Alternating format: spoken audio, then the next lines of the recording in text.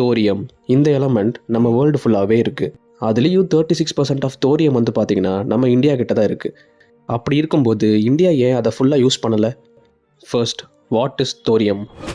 Thorium அப்படின்றது uranium மாதிரியே ஒரு ரேடியோ ஆக்டிவ் நியூக்ளியர் ஃபியூயல்னு சொல்லலாம். ஆனால் extra safe, extra long lasting, அதே மாதிரி வேஸ்ட்டும் கம்மியாக தான் ப்ரொடியூஸ் ஆகும். யூஎஸ், ரஷ்யா, சைனா இவங்க எல்லாருமே கனவு காண்ற அளவுக்கு நம்மள்ட்ட தோரியம் ஸ்டாக் இருக்குது. கேரளாவோட பீச்சுக்கு போய் பார்த்தீங்கன்னா அங்கே இருக்கிறது எல்லாமே மண் கிடையாதுங்க, அது எல்லாமே தோரியம். அவ்வளோ இருந்தும் நாம் ஏன் அதை யூஸ் பண்ணலை? அதுக்கு ஆன்சர் ரொம்ப சிம்பிள். தோரியம் ரொம்ப நல்லவன், ஆனால் ரொம்ப கஷ்டம். மெயின் ப்ராப்ளம், தோரியம் எடுத்து அது டைரெக்டாக ரியாக்டரில் போடலாம்னு நினச்சா அது டீ போடுற மாதிரி அவ்வளோ ஈஸி இல்லை. தோரியமை நெருப்பில் போடுறதுக்கு முன்னாடி அதை கொஞ்சம் ட்ரைனிங் அண்ட் ட்ரான்ஸ்ஃபர்மேஷன் பண்ண வேண்டியிருக்கு.